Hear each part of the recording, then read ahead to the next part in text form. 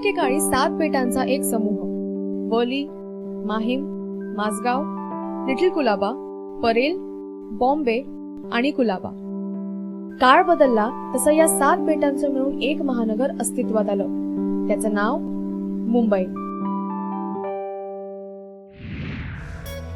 एक असं शहर जे कधीच झोपत नाही असं म्हणतात. इथले विविध उत्सव आणि त्याहून अधिक वैविध्यपूर्ण संस्कृती ही मुंबईची ओळख. या शहराची पाळंमुळं घट्ट करण्यात आणि त्याला स्थैर्य देण्यात इथल्या कोळी बांधवांचं मोठं योगदान राहिलंय. हे कोळी बांधव त्यांचे सण उत्सव उत्साहात साजरा करण्याच्या त्यांच्या पद्धतीसाठी ओळखले जातात. कोळी बांधवांची पारंपरिक होळी. होळी सणाच्या पूर्वसंध्येला मुंबई लाईव्ह सोबत तुम्ही करणार आहात होळी साजरी, तीही कोळी बांधवांच्या परंपरागत पद्धतीने. चला तर मग.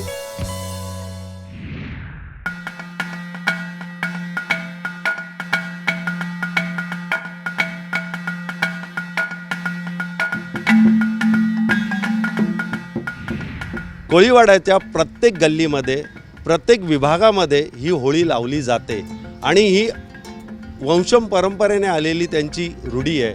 त्यांच्या उत्साहामध्ये आणि आमच्याकडे जी असलेली पाटीलकीची जी पद्धत आहे, ती जी परंपरा चालत आलेली आहे, तर पाटलांच्या होळीमध्ये त्यांच्या कुळाने समाविष्ट व्हावं, की जी मुलांची होळी वगैरे जी असते ती त्याने अगोदरच्या दिवशी करायची, परंतु ज्या होलिकोत्सवाला म्हणजे होळी मातेला ज्यावेळेस अग्नी दिली जाते ती मात्र 12च्या नंतर दिली जाते आणि ती शास्त्रोक्त पद्धतीने दिली जातात.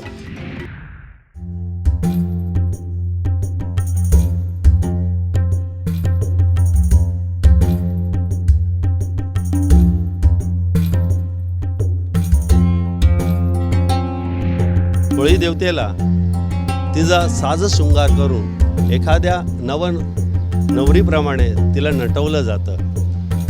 तिची पूजा करताना त्याच्या अगोदर तिला हळद, कुंकू वगैरे एवढंच नव्हे तर तिला हळदीचा लेप लावला जातो. त्यानंतर यज्ञकुंडाच्या तिकडे तिची स्थापना करत असताना तिला सुशोभित केली जाते, तिला नवरीप्रमाणे नटवलं जातं. एवढंच नव्हे तर तिला नवीन शालू वगैरे नेसवला जातो आणि हे सर्व करत असताना तिला नैवेद्य वगैरे दाखवला जातो. हा नैवेद्य म्हणजे पुरण्या म्हणून बोलतात, त्याचा नैवेद्य दिला जातो.